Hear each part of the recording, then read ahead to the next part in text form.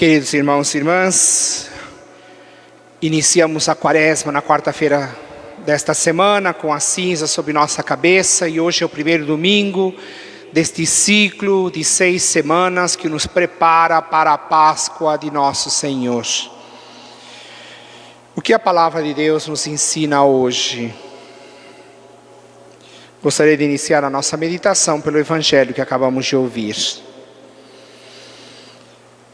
Se depois tiverem o trabalho, o interesse de comparar esse texto das tentações no Evangelho segundo Marcos, que acabamos de ler, com o relato do Evangelho segundo Lucas e do Evangelho segundo Mateus, que são 2 textos mais extensos. Em Marcos, como é próprio do estilo do Evangelho, é bem resumido, bem sintético.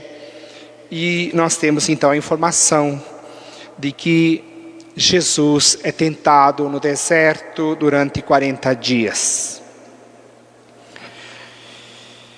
O detalhe que não está presente em Lucas e Mateus, que Marcos sublinha, ele vivia entre animais selvagens e os anjos o serviam.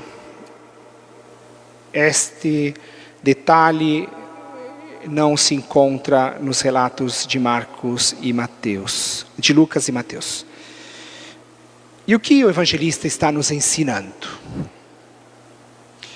Com essa expressão, Jesus vivia entre animais selvagens e os anjos o serviam. O evangelista quer conectar este relato das tentações de Jesus no deserto com o livro do Gênesis.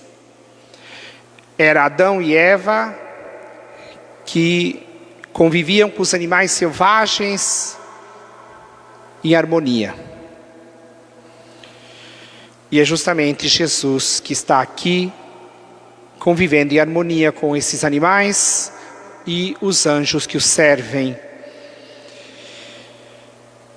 A conexão do deserto e dos 40 dias, o evangelista recorda a experiência de Moisés, que sobe 40 dias na montanha sagrada e recebe os mandamentos. Também Elias, que por 40 dias está na montanha sagrada e recebe a visão divina.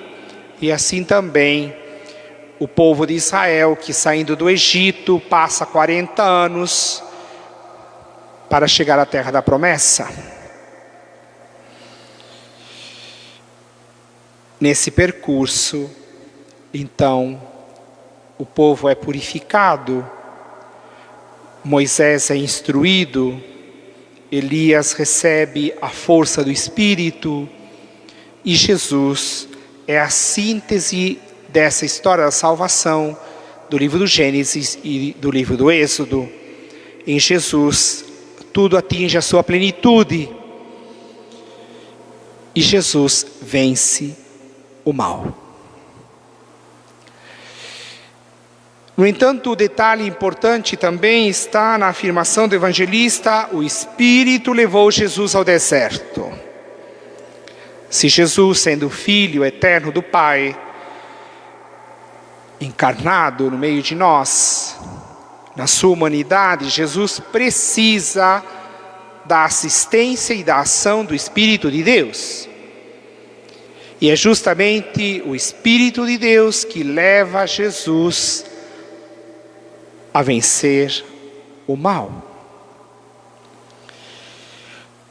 E é este o convite que Deus nos faz. Dentro desse percurso de nosso discipulado, que no tempo de Quaresma se abre uma nova página deste caminho que nós fazemos seguindo os passos de Jesus. O convite de conversão, porque o tempo se completou.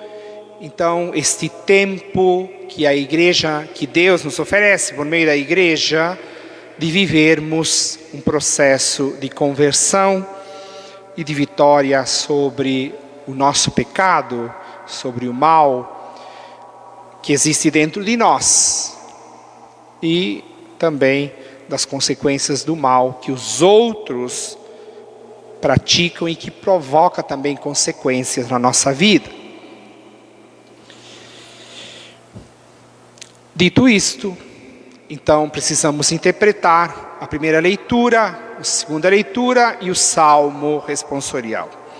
Então, se nós tomamos a segunda leitura da carta de Pedro, o texto sagrado nos afirma que a arca construída por Noé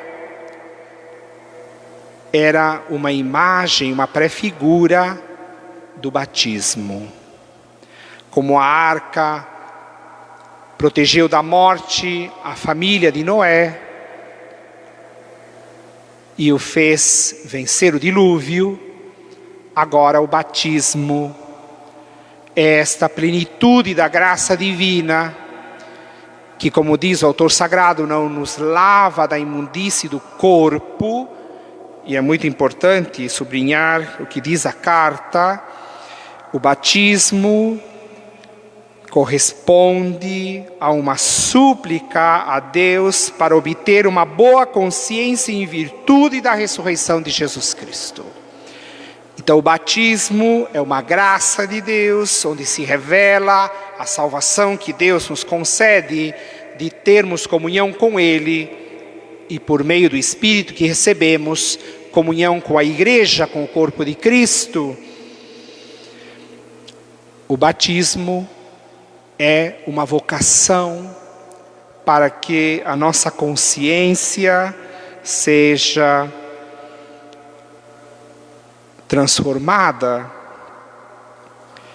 em virtude da força de Cristo que venceu a morte, o Cristo ressuscitado. E é justamente isso que nós vamos preparar nesses 40 dias da Quaresma. Iniciamos este caminho que vai se completar na vigília da Páscoa, no Sábado Santo, quando veremos entrar por este corredor central o círio da Páscoa, iluminando esta igreja que estará no escuro, e o círio será entronizado neste presbitério, e todos nós, os fiéis participantes dessa vigília, com a nossa vela na mão, poderemos acender a nossa vela no círio da Páscoa, na luz do Cristo que vence a morte, ressuscitado, vive para sempre. E nós, com essa vela acesa, iremos renovar as promessas do nosso batismo. Iremos renunciar ao mal, a todo pecado, como fizeram nossos pais, nossos padrinhos no dia do nosso batismo, e como nós fazemos isso todos os anos na vigília da Páscoa. E renunciaremos então ao mal e faremos novamente a profissão de fé da igreja, renovando assim a graça do batismo, que, como diz a palavra, é fonte de salvação, gerando uma nova consciência segundo a força de Cristo que vence a morte. A força de Jesus ressuscitado será renovado na nossa vida, no nosso coração, na nossa existência, na nossa família, na nossa comunidade, na igreja de Cristo que peregrina neste mundo, pregando o Evangelho. Preparemo-nos então para isso. Todos os que estão aqui, certamente desejamos ter uma boa consciência segundo Cristo e queremos de fato renovar e mergulhar na água, na graça do batismo. Então o texto nos alerta. Esse Espírito que nós recebemos no dia do nosso batismo é aquele que vai nos conduzir ao deserto, como conduziu Jesus.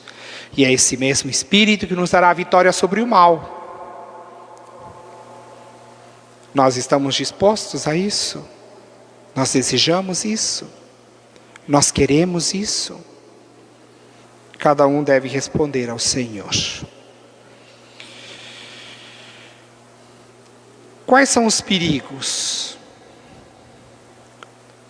O texto diz que Jesus venceu o tentador. Quando nós somos derrotados pelo tentador? Primeiro, quando o tentador nos convence a viver fora da realidade.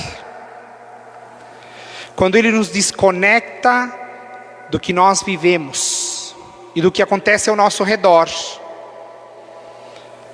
Porque aí está o perigo de não ter uma consciência de que nós precisamos da graça de Deus e de que nós somos pecadores.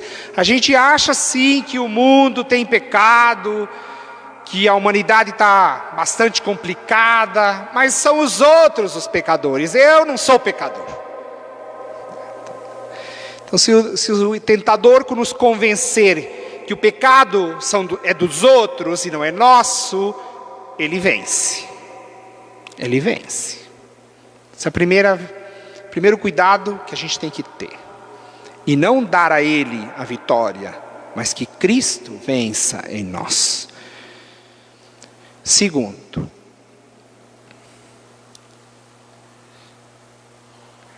o tentador pode tentar nos convencer que a conversão a Deus não tem nada a ver com o modo como nós vivemos entre nós. Ah, você se converte para Deus, tá bom. Mas não acontece nada de novo nas nossas relações interpessoais. Como se o converter-se a Deus não tivesse nenhuma incidência e nenhuma consequência no nosso modo de viver. O modo como nós nos tratamos. O modo como nós nos organizamos enquanto família, enquanto comunidade, enquanto sociedade. Ah, eu me converto para Deus. Mas não aumento em nada a minha caridade, o meu amor fraterno. Eu sou indiferente à dor, do sofrimento do outro. Eu não sou solidário, eu não sei partilhar a minha vida e nem os bens que são fruto do meu trabalho. É possível viver assim? É possível. É possível. É possível ter a ilusão de que a gente se converte a Deus e que o próximo não tem nada a ver.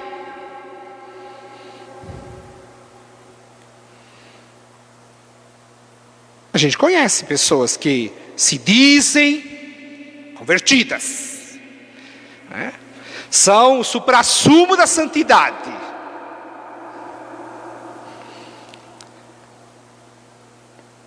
Mas trata o próximo como cachorro. Não enxerga no semelhante a imagem de Deus.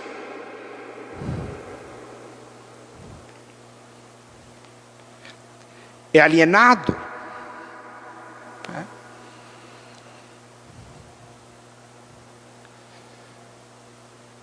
A gente tem que tomar muito cuidado. Gravem isso no coração. É impossível uma conversão sincera e verdadeira que não tem consequências na nossa vida prática, no nosso dia a dia. É impossível. Se alguém quer viver assim, saiba que isso é uma ilusão. E nunca vai poder dizer que um padre não orientou corretamente.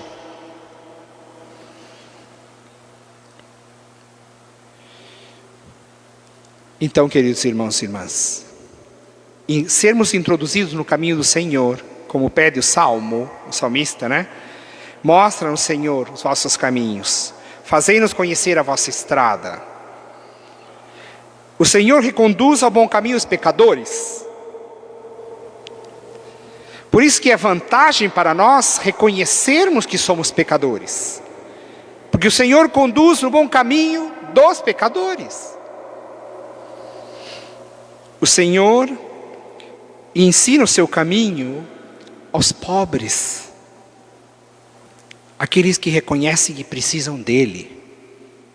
Aqueles que com humildade, na vivência da pobreza da humanidade, abraçam esta graça, esta oportunidade de crescer no amor, na solidariedade, na justiça, na verdade.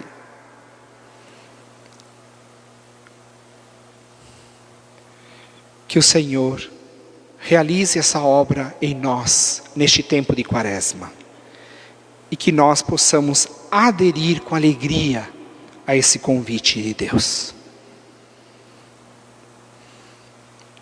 Que de fato nós conheçamos o seu caminho. Para concluir esta meditação, gostaria que retomássemos a oração da coleta desta missa de hoje. Que é a primeira oração da missa, está na primeira página, depois do ato penitencial. Qual foi a nossa oração que abriu esta celebração eucarística após o ato penitencial? Nós suplicamos ao Senhor que Ele nos faça crescer no conhecimento de Jesus Cristo. Que Ele nos faça crescer no conhecimento de Jesus Cristo. O que significa conhecer Jesus? Dizer, eu sei que o nome dele é esse?